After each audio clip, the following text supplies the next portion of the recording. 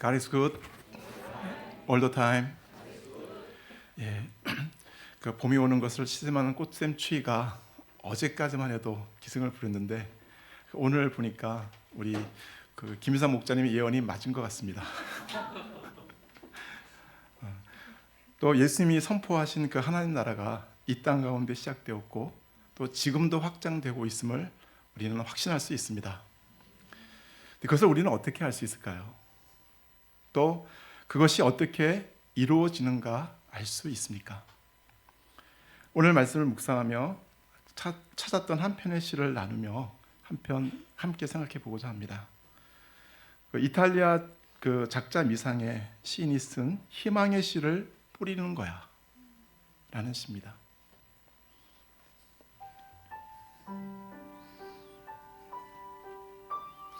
희망의 씨를 뿌리는 거야. 씨를 뿌려 조금이든 많이든 전부든 중요한 것은 뿌리는 것이야. 희망의 나다를 뿌리는 거야. 너의 미소를 내 주위에서 반짝이도록 뿌리는 거야. 너의 활력을 삶의 전투에 직면할 수 있도록 뿌리는 거야. 너의 용기를 다른 이의 삶의 장애를 해결하도록 뿌리는 거야. 너의 열정을, 너의 믿음을, 너의 사랑을 뿌리는 거야. 아주 작은 것들을, 아무것도 아닌 것들을 뿌리는 거야. 그리고 확신을 가지는 거야. 작은 한 귀퉁이의 땅을 풍요롭게 할 거라고.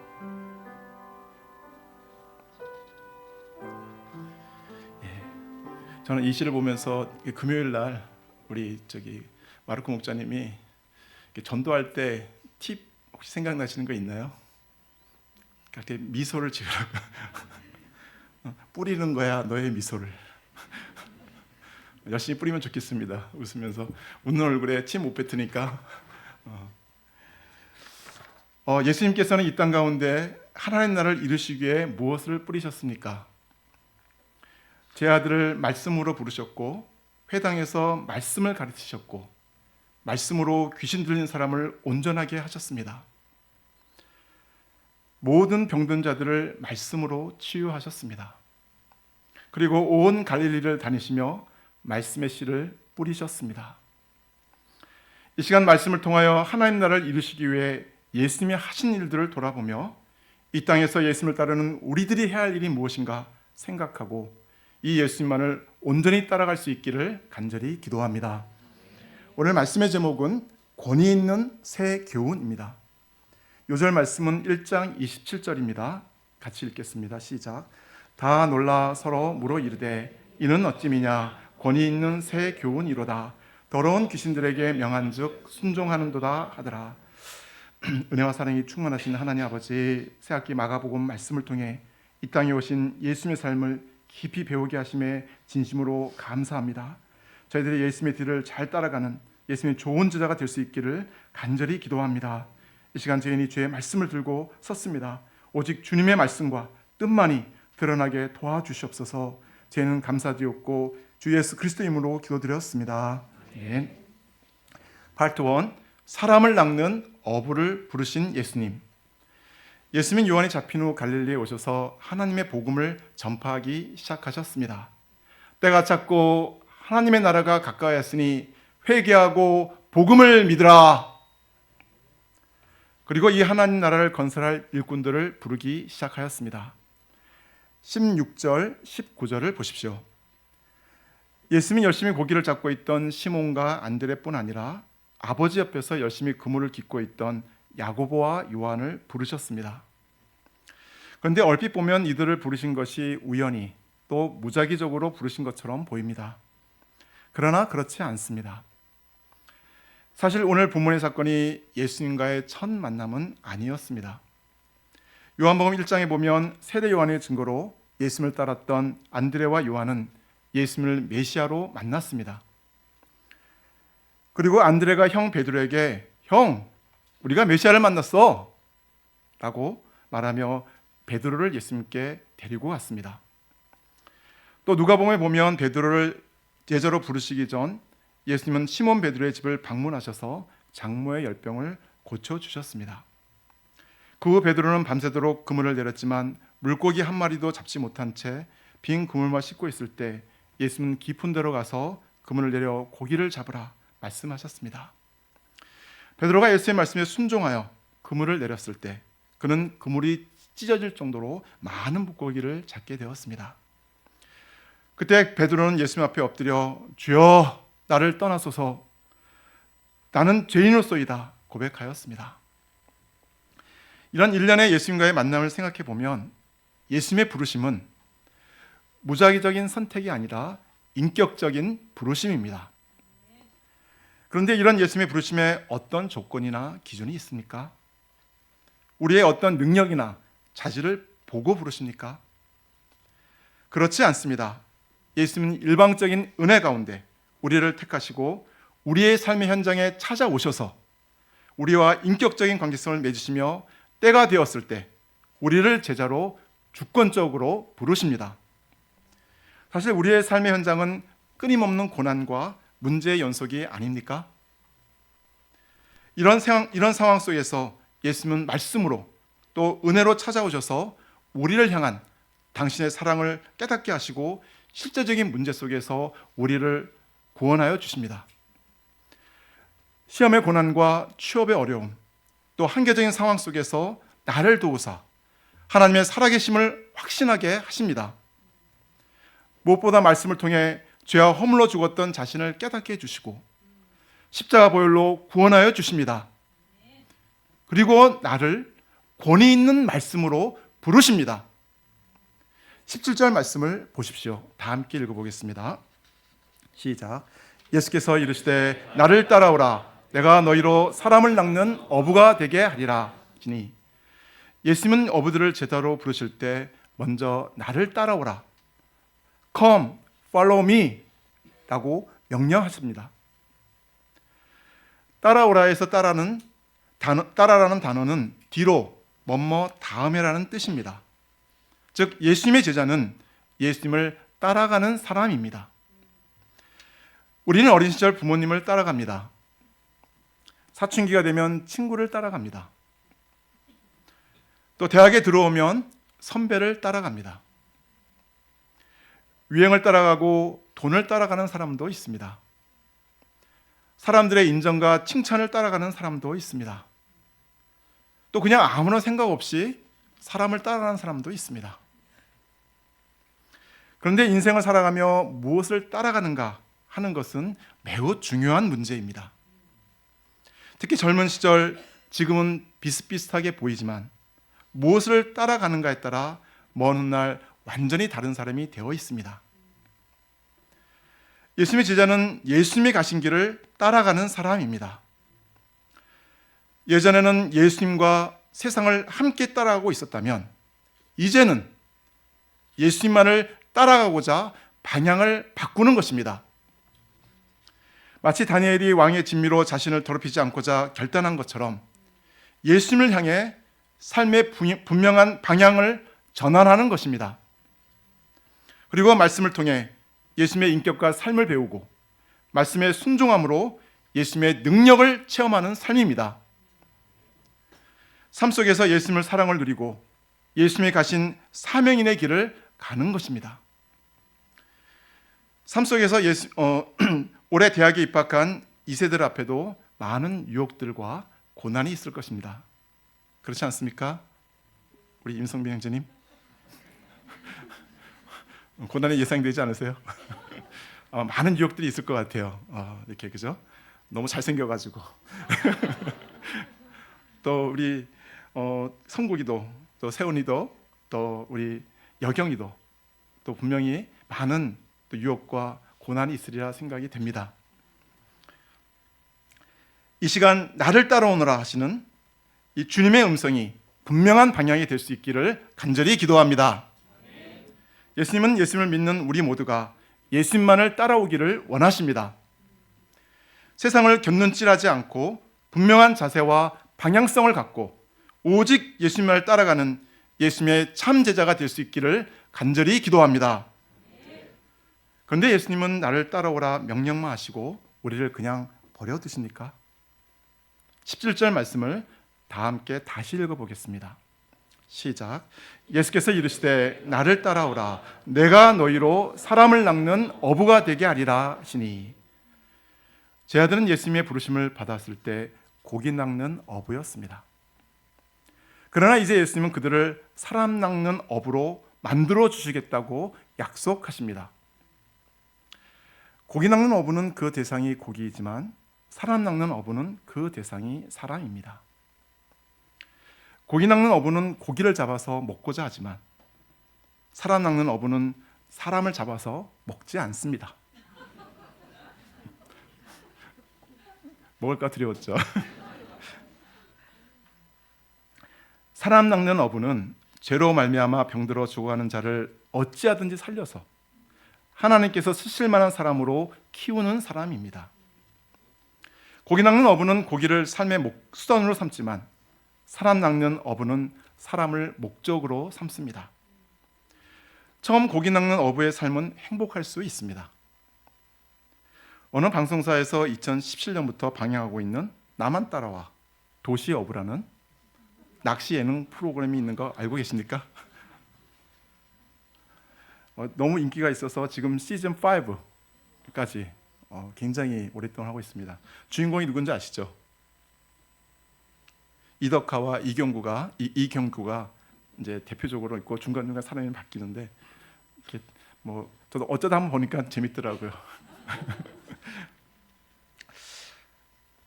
그런데 이렇게 예능 프로그램처럼 가끔 고기를 낚는 삶이라면 모르겠지만 일생 고기를 낚기 위해 매일 직장에 출퇴근하는 삶을 산다고 생각해 보십시오. 10년, 20년, 30년 먹고 살기 위해 출근과 퇴근 전쟁을 하고 매일 직장에서 시달리는 삶을 산다면 그런 삶이 과연 행복한 삶일까요? 만약 일생을 매일 다람쥐 쳇바퀴 도는 일상으로 인해 권태롭고 무의미한 삶이 아닐까 생각됩니다. 이렇게 삶의 의미와 목적을 알지 못한 채 먹고 살기 위해 똑같은 일을 반복하는 삶을 산다면 그것은 미치도록 괴로운 일일 것입니다. 사람들은 그것을 잊기 위해 담배를 피우고 술을 마십니다. 때로는 마약을 하기도 합니다.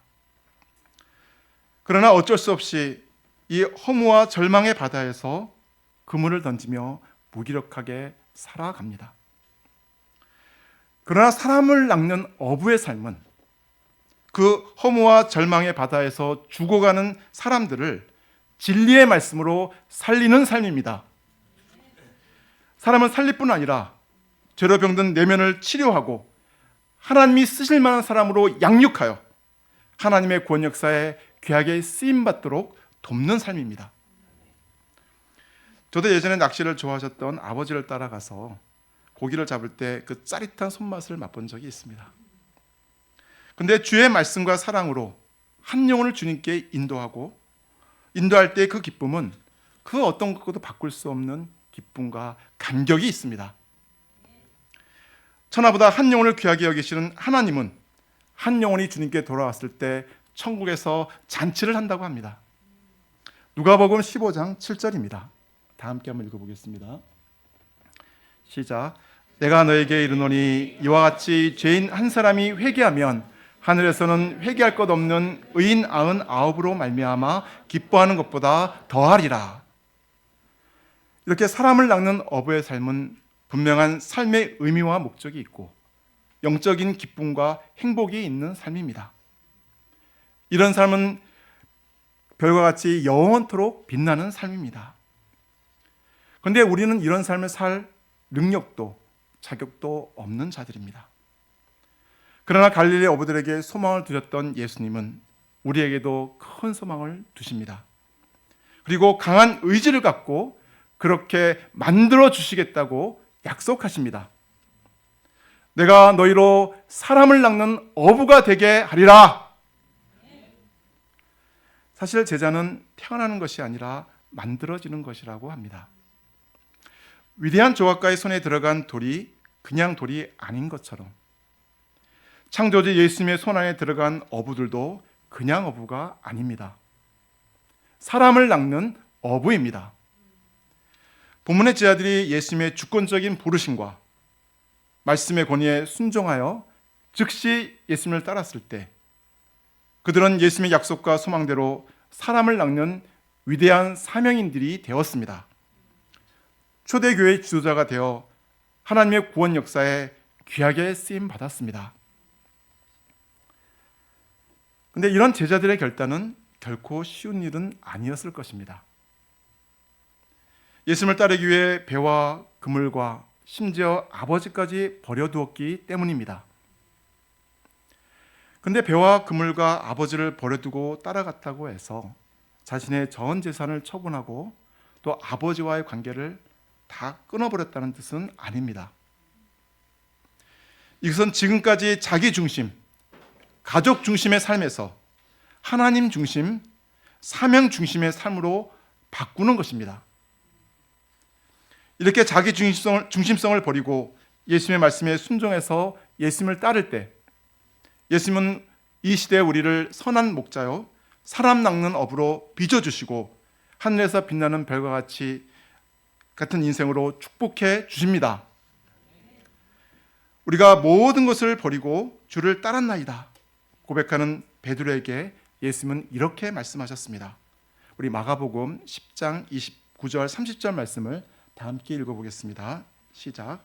예수께서 이르시되 내가 진실로 너에게 이르노니 나와 복음을 위하여 집이나 형제나 자매나 어머니나 아버지나 자식이나 전토를 벌인 자는 현세에 있어 집과 형제와 자매와 어머니와 자식과 전토를 100배나 받되 박해를 겸하여 받고 내세에 영생을 받지 못할 자가 없느니라. 예수님의 제자로서 분명하게 따르는 것이 쉽지는 않지만 예수님의 주권적인 부르심과 명령 앞에 다만 믿음으로 순종하여 예수님만을 따를 때 예수님은 우리에게 놀라운 축복과 또 영원한 생명의 기쁨을 온전히 주실 것입니다. 저희가 이 예수님 안에서 이런 축복을 누리는 자리 될 수 있기를 간절히 기도합니다. Part 2 말씀의 권세자 예수님 21절을 보십시오. 예수님은 메시아로서 백성들을 구원하기 위해 많은 일들을 하실 수 있었지만 가버나움 회당에 들어가 가장 먼저 하나님의 말씀을 가르치셨습니다. 이는 하나님의 나라가 다른 어떤 사역보다 하나님의 말씀을 가르칠 때 이루어짐을 아셨기 때문입니다. 이 예수님의 가르침에 대한 사람들의 반응이 어떠합니까? 22절을 다 함께 읽어보겠습니다. 시작. 무사람이 그의 교훈에 놀라니 이는 그가 가르치는 것이 권위 있는 자와 같고 서기관들과 같지 아니함이니라. 여기서 놀랐다는 것은 약간 서프라이즈 한 것이 아니라 망치로 뒤통수를 한 대 얻어맞은 것 같은 충격을 받았다는 것입니다. 이는 예수님의 가르침은 서기관들과의 가르침과는 달리 하나님의 아들로서의 영적 권위가 있었기 때문입니다. 서기관들은 하나님의 말씀 대신 자기들도 지키기 힘든 율법의 규례와 장로들의 유전으로 사람들을 괴롭게 하였습니다. 또한 그들은 이런저런 학자들의 말을 인용하여 유식한 소리를 많이 했지만 도대체 그 말이 무슨 말인지 알아듣기가 어려웠습니다. 그러나 예수님의 가르침은 단순하면서도 명료하였습니다. 이는 사람의 교훈으로 가르치지 않으시고 하나님의 말씀으로 가르치셨기 때문입니다. 사람들에게 소망을 심고 어떻게 해서라도 한 영혼을 구원하고자 하시는 그 상한 목자의 심령으로 가르쳤기에 사람들에게 감동을 주고 심령을 움직이는 힘이 있었습니다. 이런 예수님의 말씀의 영적 권위 앞에 그 누구도 굴복하지 않을 수 없습니다. 심지어 서기관들이 말씀을 전할 땐 콧방귀도 끼지 않던 귀신이 예수님께서 말씀을 전하시자 정체를 드러내었습니다. 24절을 보십시오. 나사렛 예수여, 우리가 당신과 무슨 상관이 있나이까? 우리를 멸하러 왔나이까? 나는 당신이 누구인 줄 아노니 하나님의 거룩한 자니이다. 귀신은 예수님을 알았지만 예수님과의 관계성 맺기를 거부하였습니다. 마치 지저분한 곳에 바퀴벌레 연막탄을 터뜨리면 숨어있던 바퀴벌레가 스물스물 기어나오는 것처럼 예수님의 말씀의 권위 앞에 그 사람 속에 역사하고 있던 더러운 귀신은 자신의 정체를 드러내며 반발하였습니다. 사실 이 사람은 겉으로 보기에는 멀쩡하였을 것입니다. 거라사 광희처럼 6천 마리의 떼귀신이 들어가면 이상한 행동이 확실하게 나타나겠지만 한두 마리 들어가 있는 귀신은 평상시에는 잘 표시가 나지 않습니다. 그러나 하나님 말씀 앞에 반발심이 들고 또 하나님의 뜻에 순종하지 않을 때 나도 모르게 내 속에서 귀신이 역사하고 있을지 모릅니다. 너희는 나를 누구라 하느냐는 예수님의 질문에 베드로는 주는 그리스도시요 살아계신 하나님의 아들이시니이다 고백하였습니다. 예수님은 베드로의 이런 고백에 크게 기뻐하시고 그를 축복하셨습니다. 마태복음 16장 18절 19절을 다 함께 읽어보겠습니다. 시작. 또 내가 내게 이르노니 너는 베드로라. 내가 이 반석 위에 내 교회를 세우리니 음부의 권세가 이기지 못하리라. 내가 천국 열쇠를 내게 주리니 내가 땅에서 무엇인지 매면 하늘에서 풀리리라 하시고, 와, 교회 반석으로 삼으시고 천국의 열쇠를 주시겠다고까지 말씀하셨습니다. 그런데 예수님이 이후 십자가의 고난과 죽음, 부활에 대해 이야기했을 때 베드로는 예수님의 말씀에 강력하게 반발하였습니다. 영어에 보면 리뷰크라는 단어를 쓸 정도로, 책망할 정도로 예수님에 대해서 굉장히 끌고 가서 예수님을 이렇게 반발하였습니다. 이에 대해 예수님은 베드로를 사탄이라고 부르시며 심하게 책망하셨습니다. 사탄아, 내 뒤로 물러가라. 너는 나를 넘어지게 하는 자로다. 네가 하나님의 일을 생각하지 아니하고 도리어 사람의 일을 생각하는도다. 하나님의 일을 생각하지 않고 사람의 일을 생각할 때 귀신이 역사하기 쉽습니다. 이때 예수님은 정체가 드러난 더러운 귀신을 꾸짖으시며 명령하십니다. 잠잠하고 그 사람에게서 나오라! 그러자 귀신은 그 사람에게서 경련을 일으키고 큰 소리를 지르며 나왔습니다. 27절을 보십시오. 다 놀라 서로 물어 이르되 이는 어찌미냐? 권위 있는 새 교훈이로다. 더러운 귀신들에게 명한즉 순종하는도다 하더라. 그 자리에 있던 모든 사람들은 더러운 귀신까지도 복종하는 예수님의 권위 있는 새 교훈에 놀랐습니다. 예수님은 그 사람 속에 역사하는 귀신을 쫓아내실 때 어떤 주문이나 의식을 행하지 않으셨습니다. 권위 있는 말씀 한마디로 그 사람 속에 역사하는 귀신을 쫓아냈습니다.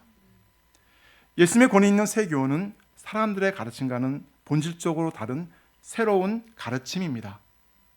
죄로 인해 망가지고 부패한 사람을 근본적으로 새 사람 만들어주는 힘이 있는 가르침입니다. 분명한 자세로 이 생명의 복음을 전할 때 역사하는 힘이 있습니다. 예수님의 가르침을 먼저 저희들이 하나님의 말씀으로 심령에 받고 순종할 수 있기를 기도합니다. 그리고 이 말씀을 가르칠 때 사람의 말이 아니라 하나님의 말씀, 권위 있는 새 교훈임을 확신하고 분명하게 전해야 하겠습니다. 예수님처럼 저에게 보내주신 영혼에 대한 상한 심령을 갖고 내가 체험한 한 말씀을 전할 때 그 말씀은 예수님이 더러운 귀신을 쫓아낸 것처럼 역사하는 힘이 있습니다. 봄학기 저희들이 먼저 예수님의 말씀의 권위에 순종함으로 예수님을 깊이 체험할 수 있기를 기도합니다. 또 체험한 그 말씀을 확신 있게 저희들에게 보내오신 영혼들에게 전할 수 있기를 기도합니다. 29절을 보십시오. 예수님은 회당에서 나오셔서 시몬의 집으로 가셨습니다. 거기에는 시몬의 장모가 열병으로 누워 있었습니다. 정확하게 그 원인은 알 수 없지만 온갖 해열제를 먹어도 열이 떨어지지 않아 누워 있었습니다. 예수님이 이런 그녀의 손을 잡아 일으키시자 열은 떠나가고 여인이 일어나 예수님 일행을 수종 들었습니다. 32, 33절을 보십시오. 해가 저물자 동네 사람들이 모든 병자와 귀신 들린 자를 데리고 예수님께 나왔습니다. 예수님은 병든 모든 사람을 고치셨고 많은 귀신을 내쫓으셨습니다. 예수님은 시간과 장소에 구애되지 않고 또 신분의 차이 없이 누구든지 나온 모든 영육간의 병든 사람들을 말끔하게 치료해 주셨습니다. 40절을 보십시오. 한 나병 환자가 예수님께 나와 꿇어 엎드려 간구하였습니다. 원하시면 저를 깨끗하게 하실 수 있나이다. 나병은 레위기 13장에서 정한 것처럼 부정한 질병이요 무섭고 고독한 질병입니다. 나병에 걸리면 공동체에서 추방되고 혹 사람을 만나게 되면 자신의 윗입술을 가리고 부정하다 부정하다 외치며 사람들이 접근하지 못하도록 해야 했습니다. 당시 나병은 죄에 대한 하나님의 심판의 결과로 생각하여 나을 수도 낫기를 기대할 수도 없는 병이었습니다. 그러나 본문의 나병 환자는 예수님께 나아가기만 하면 반드시 나을 수 있다는 믿음이 있었습니다. 그는 예수님의 긍휼을 구하며 돌에 맞아 죽을 수 있다는 두려움을 극복하고 예수님께 나왔습니다. 예수님은 이런 나병 환자를 온 몸과 마음으로 영접하여 주셨습니다. 그를 긍휼히 여기사 손을 내밀어 그의 몸에 대시고 내가 원하노니 깨끗함을 받으라 말씀하셨습니다. 그러자 나병이 언제 그랬냐는 뜻이 피부가 아기 피부처럼 보송보송해지고 깨끗하게 되었습니다. 예수님은 불치병인 나병도 말씀 한마디로 깨끗하게 하실 수 있는 권능의 주가 되십니다. 예수님은 나병처럼 죄로 인해 어그러지고 문드러진 우리의 영혼을 깨끗하게 하사 하나님의 형상대로 온전하게 하기를 원하십니다. 내가 원하노니 깨끗함을 받으라. 예수님은 이를 위해 이 땅에 오셨고 인간을 근본적으로 추하게 만드는 모든 죄 문제를 해결하기 위해 이제 십자가를 향해 그 걸음을 뛰기 시작하셨습니다. 이 예수님께 나아가기만 하면 우리의 어떤 죄도 깨끗하게 하사 주님 안에서 건강하고 온전한 삶을 살게 하십니다. 예수님은 우리의 영육간의 모든 질병과 죄의 문제를 해결하실 권세가 있습니다. 이 예수님을 찬양합니다. 그러면 예수님은 이런 영적 권세를 어떻게 덧입으셨습니까? 35절 말씀을 다 함께 읽어보겠습니다. 시작. 새벽 아직도 밝기 전에 예수께서 일어나 예수님은 전날 수많은 환자들과 귀신 들린 사람들을 늦은 시간까지 돌봐주시니라 조금도 쉴 시간이 없으셨습니다. 그런데도 예수님은 새벽 아직 동트기 전 사람들이 없는 한적한 곳으로 가사 하나님 아버지께 기도하셨습니다. 그 본체가 하나님이시기 때문에 이미 권능으로 충만하실 텐데 예수님은 육신을 입고 오셨기 때문에 또 지치고 피곤할 수 있었습니다. 또 수많은 귀신의 세력과 또 병마와 싸워 이기기 위해서는 끊임없이 하나님께로부터 오는 영역을 덧입으셔야만 하셨습니다. 이것을 위해 예수님은 새벽에 때로는 밤늦게 또 때로는 밤을 새워 기도하셨습니다. 사람들의 방해를 받지 않는 한적한 곳으로 가셔서 하나님 앞에 단독자로 서서 하나님의 뜻을 구하고 하나님의 능력을 덧입으셨습니다. 예수님이 이 땅에 사역하시는 동안 끊임없이 하나님 아버지와 기도로 소통하셨습니다. 한 번은 제자들이 귀신 들린 아이를 쫓아내지 못했는데 예수님이 단번에 쫓아내시자 제자들이 그 비결을 물었습니다. 이때 예수님은 기도 외에 다른 것으로는 이런 종류가 나갈 수 없느니라 분명하게 말씀하셨습니다. 하나님의 아들이신 예수님조차도 이렇게 말씀하시고 기도하기에 힘쓰셨다면 우리가 해야 할 것은 무엇이겠습니까? 조용한 시간에 한적한 곳으로 나아가 기도하기에 힘써야 하겠습니다. 새벽 기도, 아침 기도, 낮 기도, 저녁 기도 등 수시로 하나님께 나아가 기도하기 힘쓸 때 예수님처럼 하나님의 능력을 덧입고 죄와 귀신과의 싸움에서 승리하고 하나님의 뜻을 온전히 섬길 수 있습니다. 특히 새벽은 하나님께 나아가 음성을 듣고 하나님이 주시는 영역을 덧입을 수 있는 가장 좋은 시간입니다. 그래서 위대한 하나님의 종들은 모두 새벽을 깨워 기도하였습니다. 저희 가운데도 새벽을 항상 깨우시는 우리 아버님이 계시는데, 그죠? 늘 여기 나오시면 아버님의 기도를 다 얻으실 수 있습니다. 다윗은 시편 108편 2절에서 비파야 수금아 깰지어다 내가 새벽을 깨우리로다 고백하였습니다.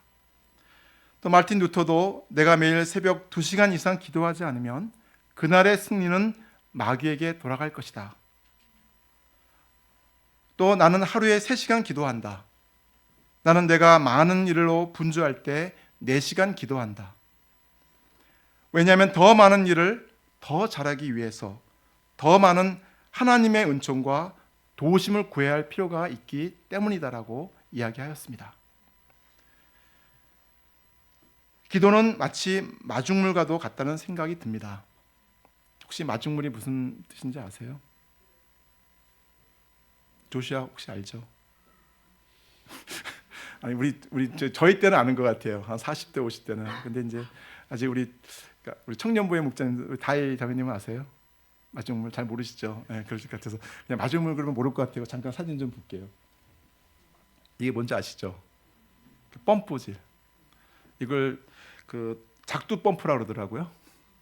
보통은 이제 모터로 돼가지고 틀면 물이 나오는데 이것은 이제 밑에다가 우물에다 박아놓고 이렇게 펌프질을 해야 되는데 그냥 놔두면 물이 쭉 내려가지고 이게 물을 퍼올릴 수가 없습니다.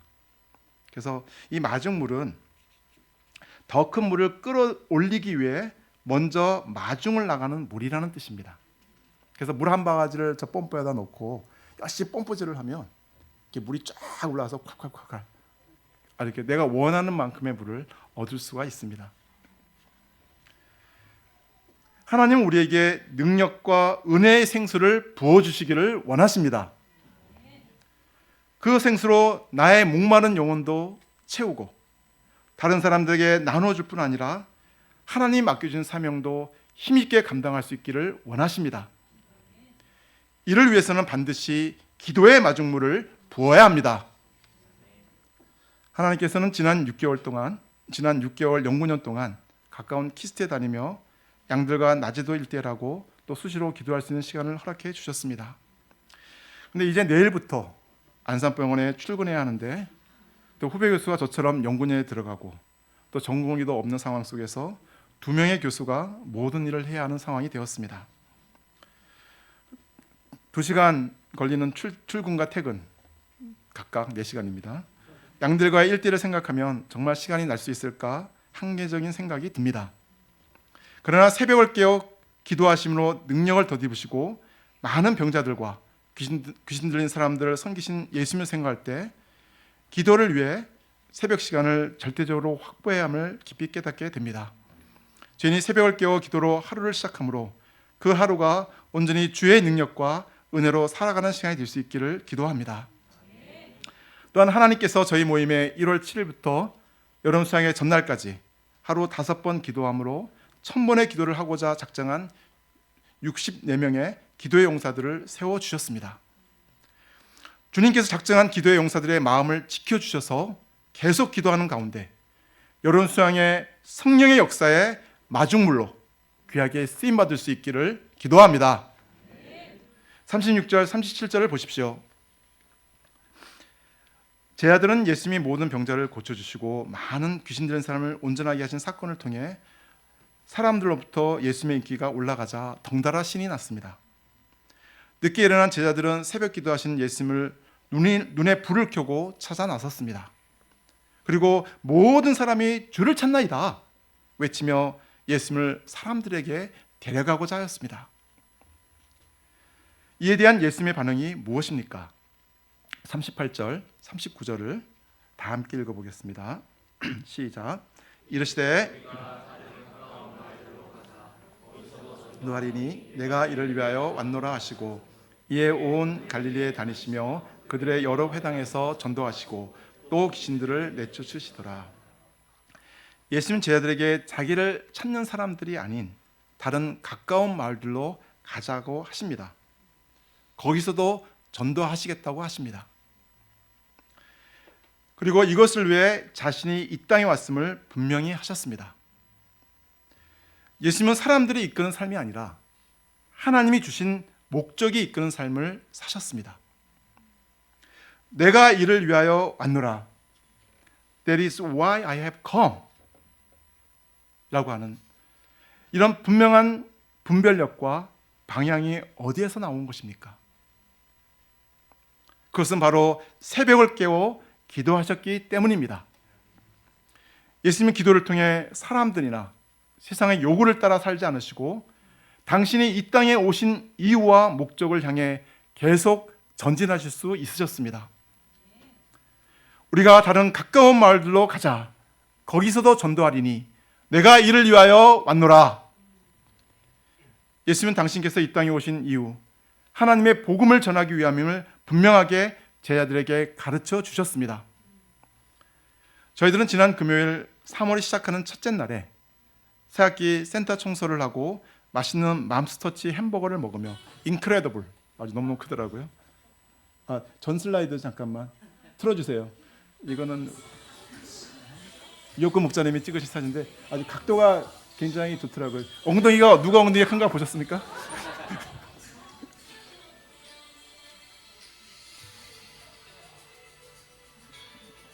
이게 군대식 청소입니다. 이게 그래서 바닥이 아주 지금 여러분이 앉고 있는 바로 이 장소입니다.